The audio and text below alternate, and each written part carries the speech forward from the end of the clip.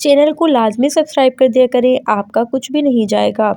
एक आदमी यूनिवर्सिटी के टॉयलेट में गया, अंदर सीट पर बैठा तो सामने लिखा था कि इतना ज़ोर अगर तालीम पर देते तो आज किसी अच्छी सीट पर बैठे होते।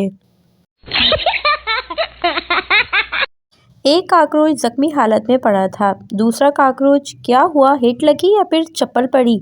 पहला काकरोच, नहीं यार, ये लड़कियां हमें देखकर इतना चिल्लाती हैं कि हार्ट अटैक आ गया है।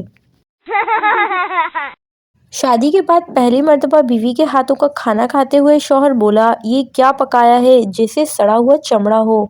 बीवी, अस्तगफिरुल्लाह, आप कैसी कैसी चीजें खाते रहे हैं। फुप्पो, कितना पढ़ी हो? मैंने जवाब दिया, एमए। फुप्पो, 2 लफ्ज पढ़े वो भी उल्टे, ए भी होता है लड़की।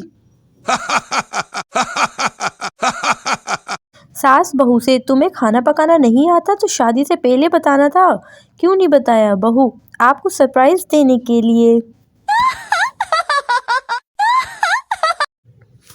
लड़का, सूट अच्छा पहना है। लड़की, शुक्रिया। लड़का, लिपस्टिक भी बहुत अच्छी लगाई है। लड़की, शुक्रिया। लड़का, मेकअप भी बहुत अच्छा किया है। लड़की, शुक्रिया भैया।